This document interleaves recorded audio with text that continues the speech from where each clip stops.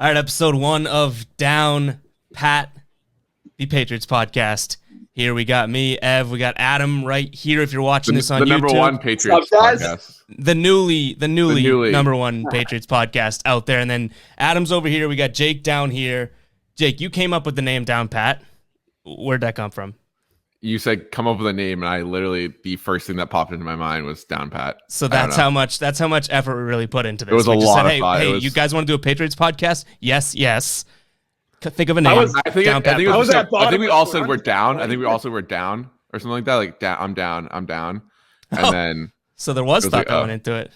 Well, it's not like we consulted anyone. We didn't hire like a consulting firm and like go through. Literally, not names. A single person watching this thinks that we hired a consulting firm to come up with it. That was not even an inch in someone's mind. I hate to break that to you. But yeah, I think it's going to be fun. You know, we're not going to be like the numbers little like dweebs out there. You have the Greg Bedards of the world if you want to go down that road.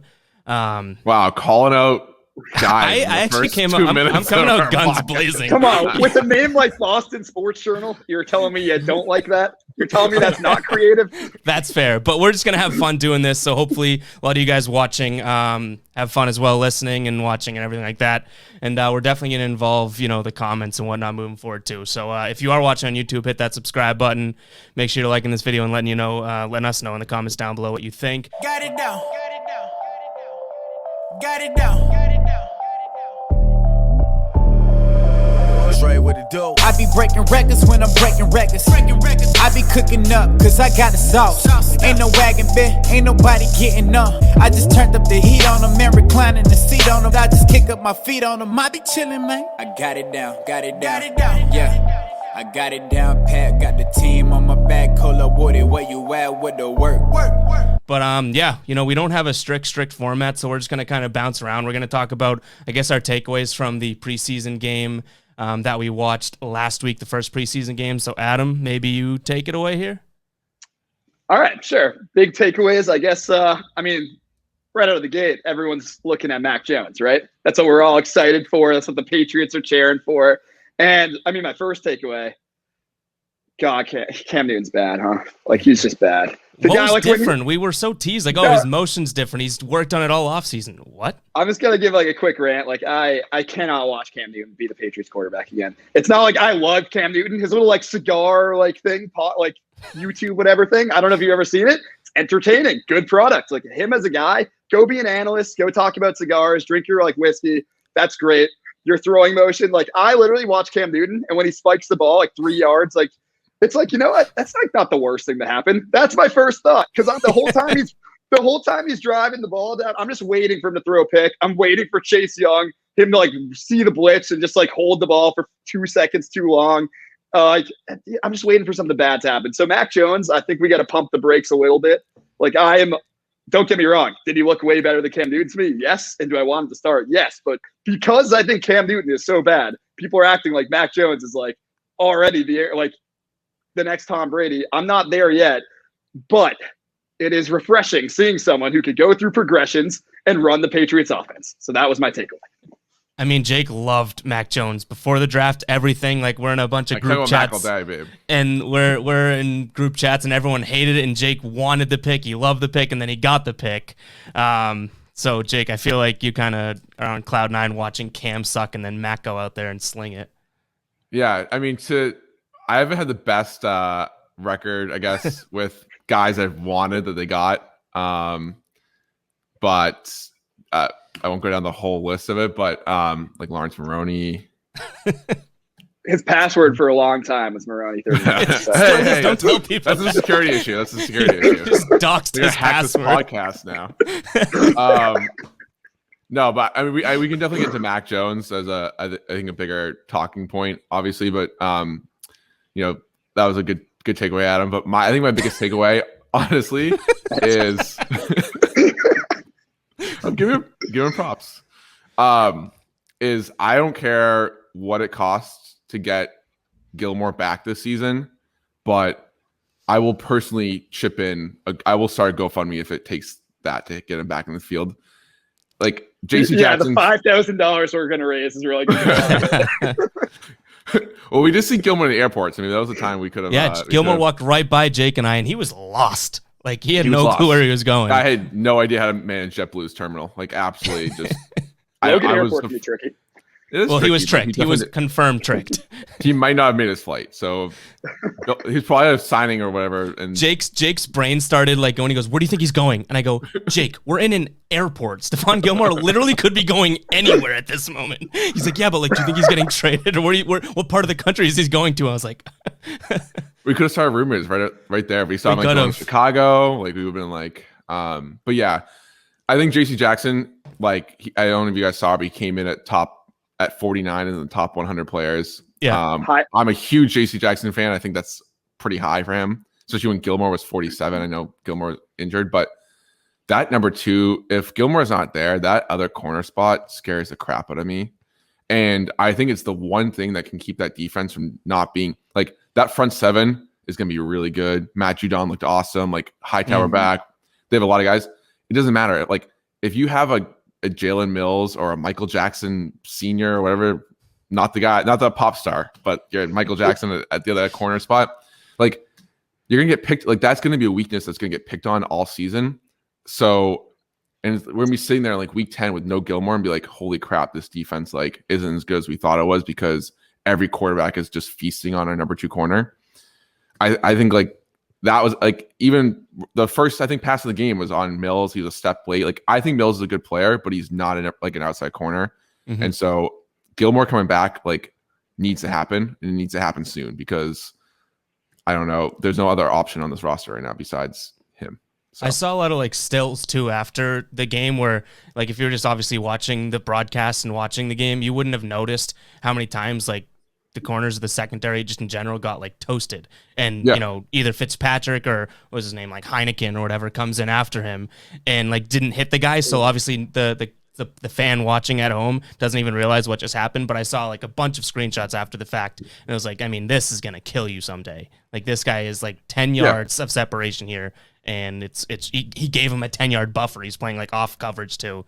So, I mean, that's, but the thing is, too, with Gilmore, like, do you think it's is he like a malcontent at this point? You know, like when you start involving money, you start talking money, I want to be worth this money. That rarely works out with the team. I mean, it just did with Howard or wherever, I guess, in Miami, right? Like he started throwing a hissy fit.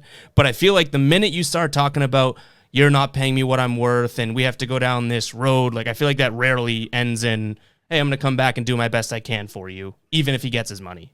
Unless the team comes from a point of desperation, right? Like I would also like. Go ahead. I would say I would normally agree with you, Evan. I would say, especially with Bill Belichick, and he's not want to ever cater to players in that way. We've never seen that in the past. He like really, when the contract negotiations go south, he's want to dump the guy too early, or like he always wants to be a year too early, or he'll.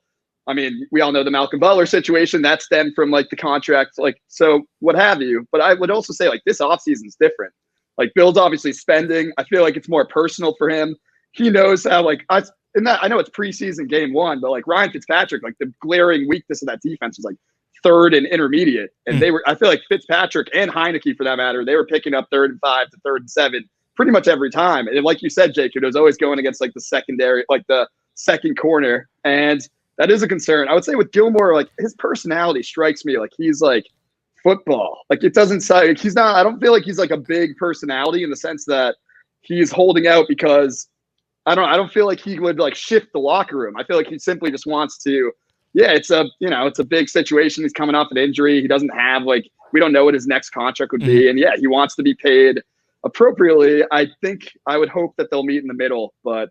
We'll see, but I don't think it would be a situation where the locker room would go south. I mean, I'm not saying it will. I'm almost playing like devil's advocate here too, because I honestly think Gilmore like he should be getting that money. You know what I mean? If there's anyone in the league in this sort of situation who Bill Belichick went and you said it, Adam. He just spent all off season. The best player on his team, he's not willing to spend for, I guess. But history shows that doesn't end well. So I hope that you're right. I hope that he's like a football guy, but if he was truly a football guy, he would just be playing right now. Like if it was not about money at all, he'd be playing. That's true.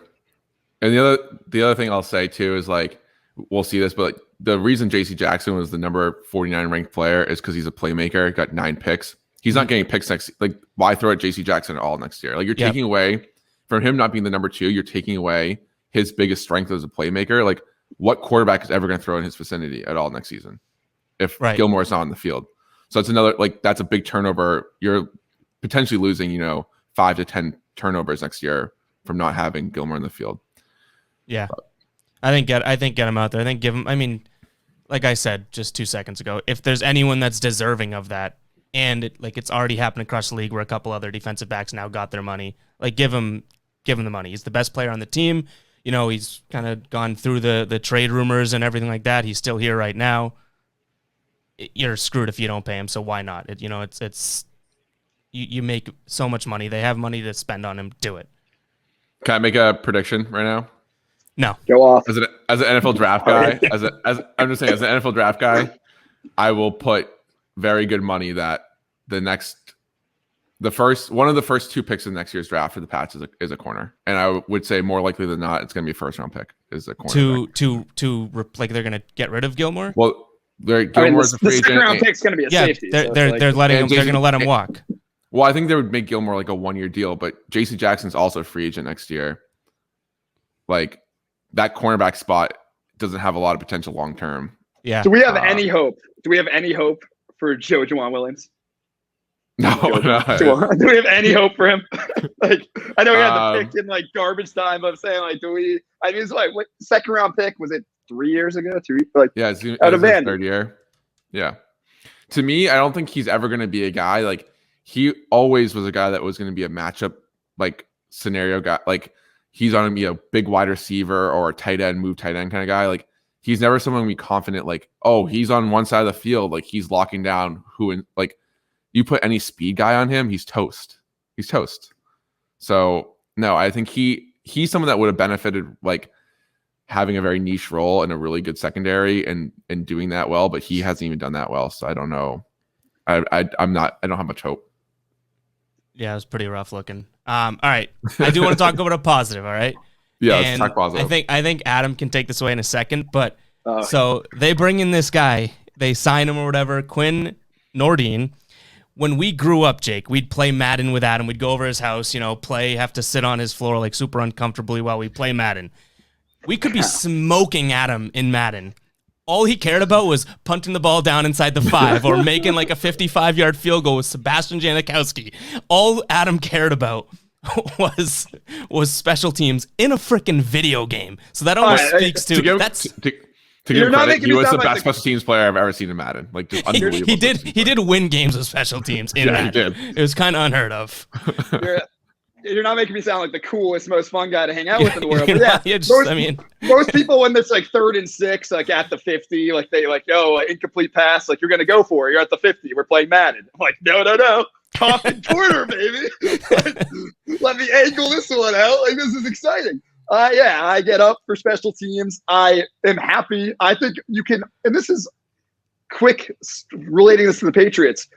A lot of the Patriots Super Bowls we can attribute to special teams. And I'm not just talking about the Adam Vinatieri early years. I'm talking about even in 2011, why are the Patriots in the Super Bowl? Because Billy Cundiff misses a kick that he should have made.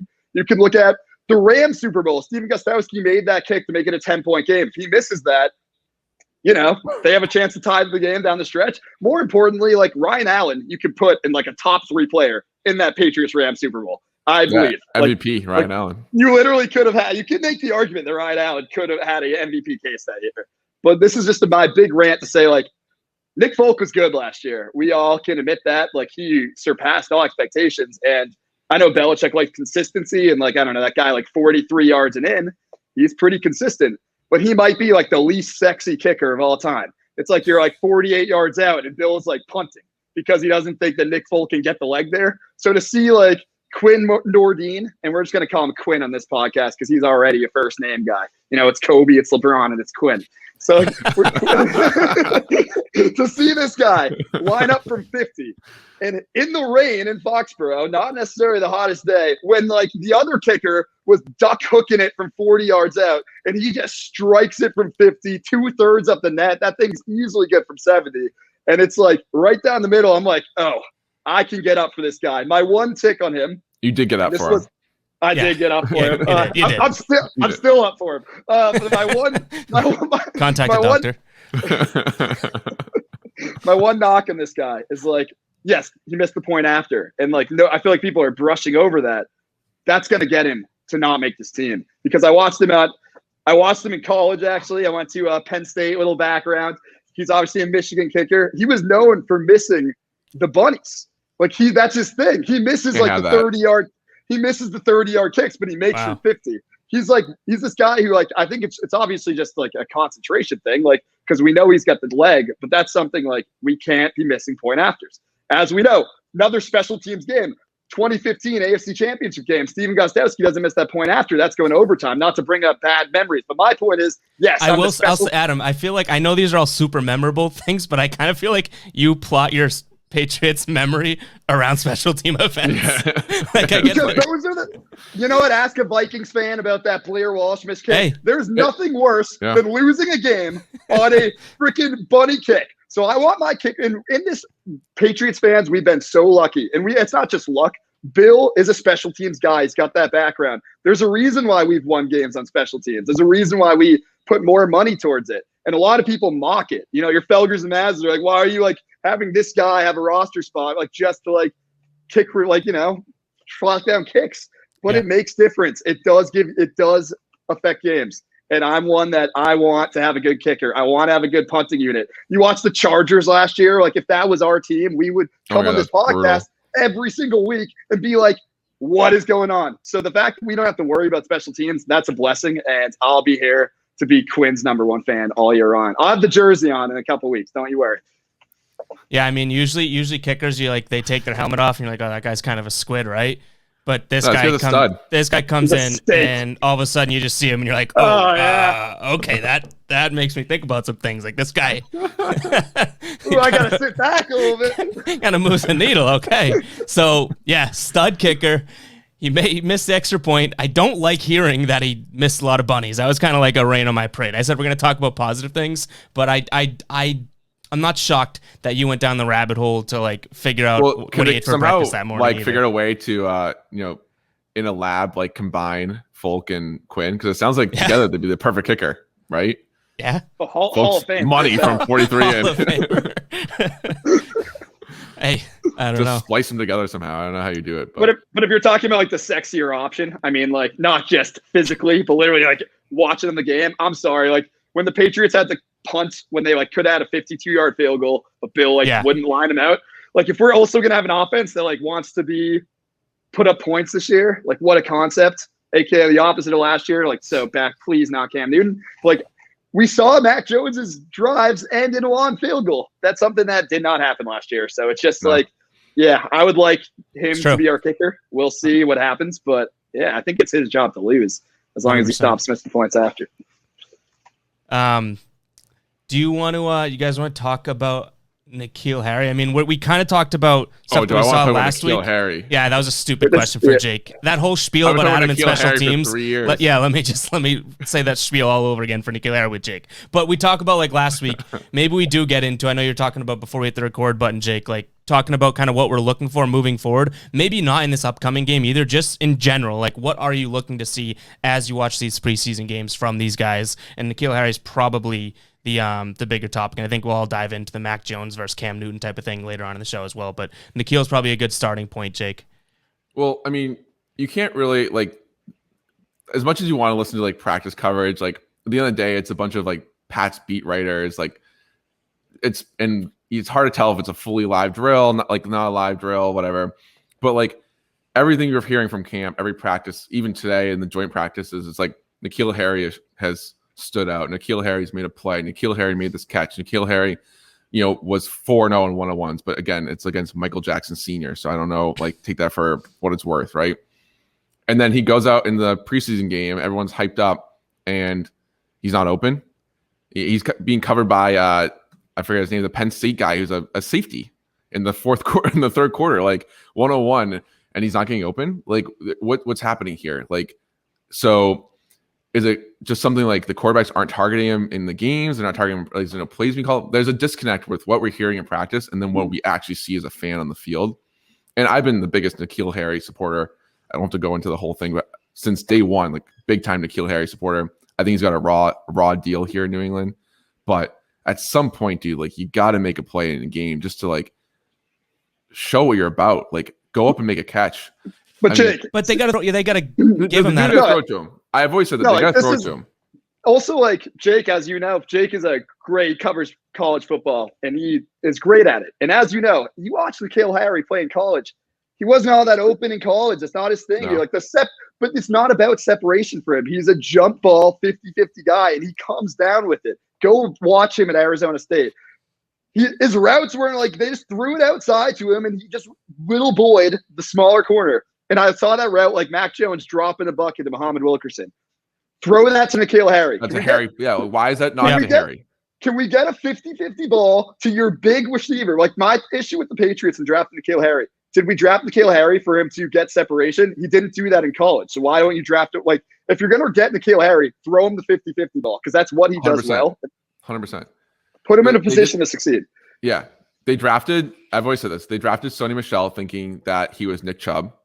And they drafted N'Keal Harry thinking he was Hollywood Brown. Like literally, they did not and you can't blame the player for being drafted and then being used like completely different than they were in college. Like to Adam's point, why are you drafting a jump ball receiver if your offense isn't dictated on jump ball like downfield plays? Like whose call was that at the end of the day? And everyone's like, N'Keal sucks. It's like he's a 22-year-old kid that didn't have a choice of where he got drafted. Like it isn't like he picked, the big four accounting firm and like went to the wrong one. Like he got drafted to this place. Like it's not his fault. Like I don't like, you know what I'm saying? Like he also had like a run.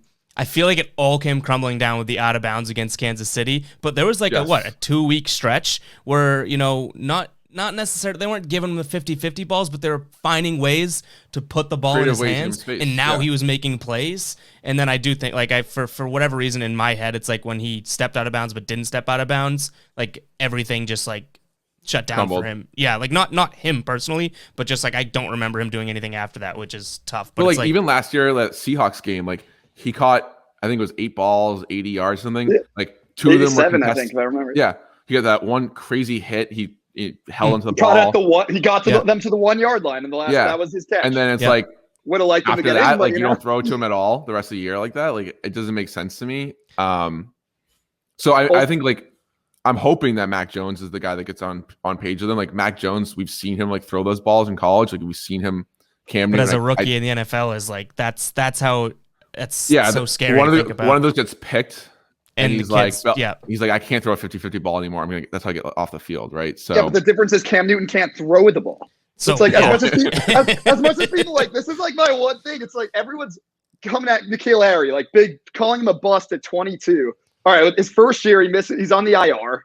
He had like a pissed off Brady who obviously like kind of freezes out wide receivers. He's not really the 50-50 ball type guy either, right? Like, Brady's like, if you run the wrong route, he won't throw the ball to you for like weeks. Like you're like on his shit list. So like that's not necessarily like that didn't start off brilliantly. Then you had Cam Newton who had like COVID, doesn't go to treat at a COVID year in your second year. How are you supposed to get on track? And then on top of that, your quarterback, even if you could get on track, literally cannot throw the ball. So it's like Mac Jones, like I don't care, like he just simply cannot be worse. So N'Keal Harry, like I would say, like he has to have more opportunity under Mac Jones than he has a Cam Newton. Like or else we have a big problem. Do you think that's a good time to transition to the biggest topic, Mac versus Cam? Because I think there's a lot we can talk about there too. Yeah, let's do it. You guys go with yours because I feel like everyone now probably knows where I stand on that. No, so as Evan said earlier in the episode, like I've been a pro Mac guy. Like I think I've been saying even when he was at Alabama, like Mac is a guy that you can draft in the first round next year that will start day one for the Patriots. Like that's how I felt about this guy. Like I think he is smart, accurate. Like we saw it in the first game. Like the offense actually looked like the Patriots offense when he was there, right? For the first time in a year, it looked like the Pats offense that we've seen for the last 20 years. Like obviously not the way Brady ran it, but just quick, decisive throws. They moved the ball downfield. He was accurate. I think he should start day one. My thought, and tell me what you guys think about this. Like, I think there's a lot of nuance here, but do you think that Cam Newton would be a backup for the Pats? I just don't see that happening. right? I don't either. No, I don't think you go from, and I get it, he's a nice, like, cheery guy and whatnot, but there's been so many reports that when Mac outperforms him and he does better than in practice, Cam immediately flicks a switch. He's quiet, he's sad, he's mad in the locker room. Like, he's not a backup type. Nightmare scenario for the Patriots is you make Mac Jones the starter week 1. Cam is completely shut down. He's like, ask for a release or ask for a trade. Your quarterback room is now Mac Jones and Brian Hoyer. Like, that to me as Bill Belichick would scare the shit out of me. And you look at the Pats schedule, it's like, I think ultimately Cam's going to start because of this reason. Like, they go Miami week 1, Jets week 2, Saints at home with Taysom Hill and no Mike Thomas. I think it's going to be Jameis Winston. Jameis Winston and no Mike Thomas. Okay. Like, that should be a win for the Pats. Like, at home, this is not the Drew Brees Saints anymore, right? The Pats should win that game. Then you have the Bucs, obviously, tough game at home. But then you go to Houston. Like, the Pats could be 4-1 even with Cam Newton not doing anything as a quarterback. Like, hand the ball off, play good defense. Like, that's an easy schedule for those first 5 games. Like, they could be 4-1. Like, maybe Cam gets hurt then. Maybe Cam gets banged up. Like, there could be moments that, like, you would not have to isolate Cam and lose him in your quarterback room. Go 4-1 or whatever, and then reevaluate with Mac Jones. And at least that way you have some like insurance there for the first quarter of the season. Mac can play the rest of that, but like, it gives you time to think about it. I feel like if you're going 4-1, they're not making a change. Well, I know. That's the devil's advocate. Like, that's the worry, right? Like, like you said, I genuinely think their defense and their backfield, which we haven't talked about, but I think we should talk about because the backfield I think is one of the strengths of this team. And if the tight ends can stay healthy, like, they can win games running the ball, and they can win games playing deep. We saw that early on last year. They were tough. They're a well-coached team, and a well-coached team in the NFL is going to give a good game. And if you're playing a lesser team, you should win. But that is the worry, right? If you're 4-1 with Cam Newton, their bill's not going to change. And like you say, like, look, I do think Mac Jones is already. We've seen it. He looks better. I'm curious to see. I do think Cam Newton's the starter right now. I'm curious to see this Thursday what happens in the snaps and the allocation and like how much Mac Jones gets with the ones. That'll be telling, because I don't think the third preseason game is going to be much. Like, we'll see, but I don't think any of them are going to get that. Either of them are going to get that much run, especially with the ones.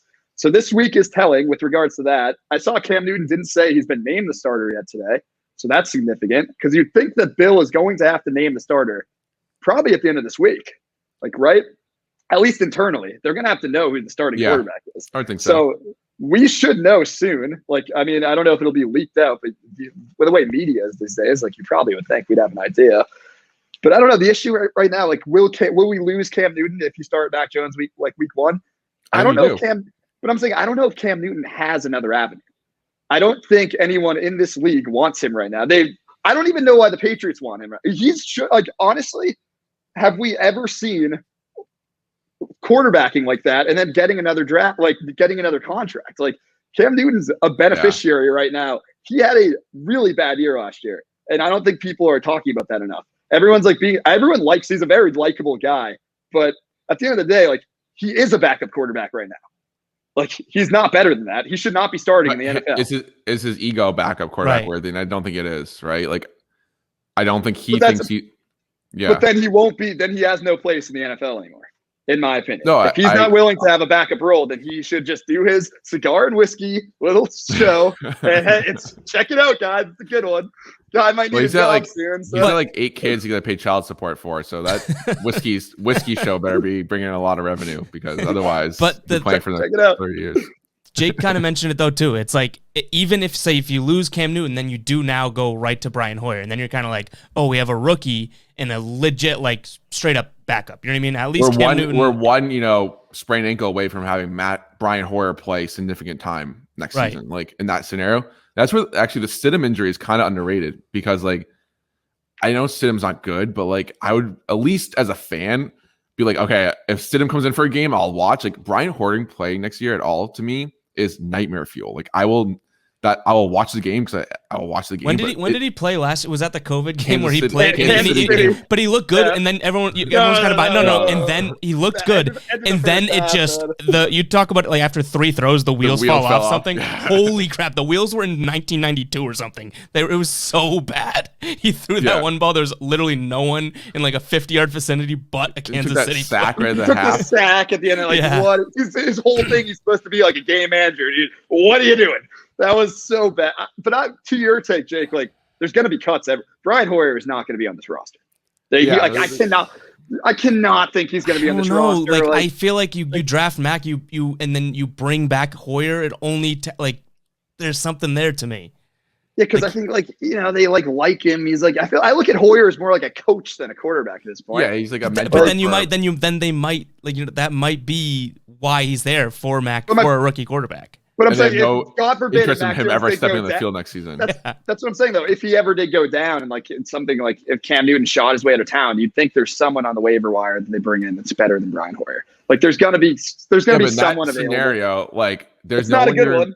There's no one you're bringing. Like that's I think some of the dilemma they have here. There's no one you're bringing in off the street in week 4 that's gonna be better than Cam Newton. Like even though at least you can say Cam Newton has somewhat of a grasp on this offense. Like it's not foreign to him at this point. Like who you bring in Taylor Heineke if he gets cut, or like I don't know. Like no, I know. I'm trying to think of like who would get cut around the league that you would bring in, like week 4 because Max banged up. Like that's not. Give me Blake Bortles. Yeah, I'd kind of be all on board. I'd love that. I love that. I would hate to see it, but I'd watch. I mean. But yeah, Tebow. God, he looked awful. Videos. Wait, has he been caught yet? No. Videos have been blocking, or like now it's like some of my favorite. Now I'm like a special team. I watch Tim Tebow block guy. That's not this is a ridiculous take, but like I honestly believe I could do exactly what Tebow did in that game. Like you're telling me I can just go in there and whiff on 3 blocks in a row, like flail around, not catch the ball thrown to him. Sure, yeah. Yeah, like I could do that. Get paid whatever he's getting paid right now. Like that's easy. I get hurt, but I could do it for a preseason game. If I was a Jaguar and that guy's playing, you got it. Like if I'm watching this and I'm taking snaps at this guy, like I'm like, you better cut this man. This is a joke. Boom. You know what's funny? Do you have the one where he whiffed on the guy like so bad? Because he wasn't supposed to, but he kind of sets an edge here. No, I'm saying, I'm gonna be honest. Not gonna lie to you, that DN is horrible. That DN is not playing the league either. Like, yeah, let's watch just the DN here because the DN looks just as bad. Like, what's he doing? If that's not preseason football, I've never that is literally sums up preseason football. Oh my god! But I mean, I don't have the any of the other Tebow ones. But you can't keep that guy can't play. Like you can't have Trevor Lawrence your future of the franchise on the field with Tebow at the same time. Like you're asking to get your quarterback a knee blown out because Tebow whiffs on a DN that's actually good. So no, you're asking for something bad to happen. Exactly. Yeah, he cannot play. You're no. Can we also? I want to talk about what I am pleasantly. Hold on, I think I got the one you're talking about. Oh, the next one. Oh, it literally was the next play in that game. Oh, really? Yeah, it was. Or wait, no, I don't know if this was that. This is Tebow right here, right? No, that's a lot. I think that's Tebow. Right here. Yeah, the half. Yeah. Oh, okay. Good hit. Well, you know what? No, wait. That's my guy from Notre Dame, Jeremiah Owusu-Karo, or whatever his name is. Well, that's great pronunciation. Jock, JOK. That's they gotta help out Lawrence a little bit over there if that's not Tebow. Yeah, no. What I was gonna say is my big thing on the Patriots. One of the team things I think is a big strength, and I think an interesting projection of the roster is the backfield. Because I've fallen in love with a lot of guys. I've always been a Sony guy, so I don't want to see him go. I think Damian Harris, we saw what he can do. That's exciting. Going on, Ramondre Stevenson, I think we should touch upon him. Jake, I know you linking him to a little LeGarrette Blount in his running style. Although, I think that comparison's not valid anymore on that 91-yard run. He's got a little burst, doesn't he? And even I like JJ Taylor. I don't want to see JJ Taylor get caught. Brandon Bolden's still there. they're, say what you want about their backfield. They are obviously James White. I didn't even touch upon. They're deep back there. They have guys that can play, and honestly, they're all a little different. Like, so I think that's really interesting. That's going to be something to watch. But Ramondre Stevenson, I think, like, I know it was in garbage time, but just the way thinking back at like the Patriots the last couple of years and something that they've been bad at. And that's why I thought they drafted this guy 2 years ago. Brady's last year. You guys remember how bad they were in like 3rd and 1s and like goal line situations. They just could not pick up that like 1 yard, which was like kind of like Garrett Blunt's role. And then last year when they were on the goal line, they kind of just had like Cam Newton like lower his head, which is not necessarily what you want to do with an aging quarterback who has an injury history. So like to me, this guy's got to be like the short yards guy. And we got a little taste of that on that touchdown run. And the guy's a bowling ball. Like I like him. And he's got a little burst too. Yeah. He's fun. I like him. So that's exciting. Evan, can you pull up a picture of him at Oklahoma? He's definitely lost weight though, or something. Like I don't know if it's the way the jersey looked, but he looked way plumper at Oklahoma than he does now. Like he looked like he's got quick feet too. Yeah. Like he looked like a bowling ball. Who do we want? I was looking for Stevenson. Yeah, I was looking Ramondre Stevenson.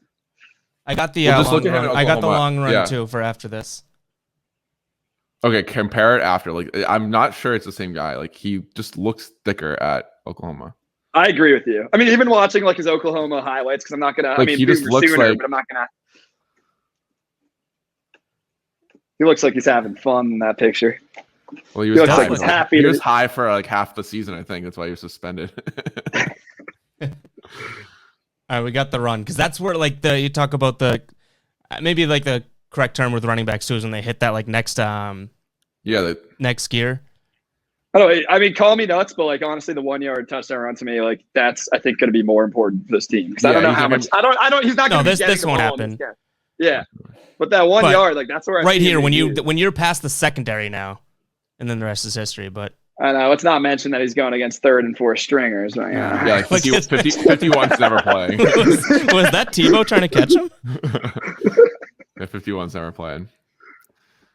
I do think. I mean, Adam, to your point, to bring it back to that, like the fact that you have guys that do different things and all do different things, like that are so applicable in situations. You know, it's like it's not just like, oh, one guy's fast, one guy's strong. It's like no, like one guy can be the pass catcher, one guy really is the between the tackles runner, one guy's the outs. Like it's a strength of this team, but it's because these guys aren't like even Damian Harris. That's not a big NFL name yet. You know what I mean? All these guys are sort of like non-big names that they're not going to get that credit. And hopefully that works in like the Patriots' benefit, because if teams are really going to, you know, not worry about anyone in the backfield other than maybe like when James White's in, they're like, hey, like watch him because he's going to leak out type of thing. That's going to benefit the Patriots so much because they have all these guys that can do it. Like J.J. Taylor, I was literally so impressed with. He's a guy that like lower man wins type of runner, and it's like finishes his runs like that. Also good special teams player. Like, come on, you literally had your entire own segment.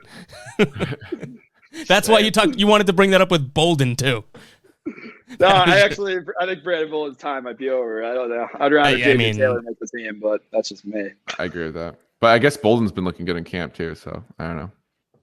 I'm just saying that's a position where I feel like in recent years you could argue that was like a thin point on this roster, and right now I feel like they're really deep. I don't know, like you said, there are more names that are like around the NFL. Like obviously we're like Patriots honks, so we're gonna know a lot about these guys around the NFL. People I just think are gonna be sleeping on this backfield. And when you combine that with a revamped offensive line, the new tight ends, that could be a strength of this team. Like I think I don't want them to be like the run pass like Patriots anymore. That's why I don't want Cam Newton. But at least if we do the run thing, like let's pick up 5 yards of first down. Give me your biggest. I guess we all can go through a biggest strength of the team right now and biggest weakness. I think we talked about biggest weakness. Do we think that's the secondary, at least defensive right now? backs? Maybe. Yeah, I'm saying right now. Cam Newton's at quarterback. That is the biggest weakness of this team.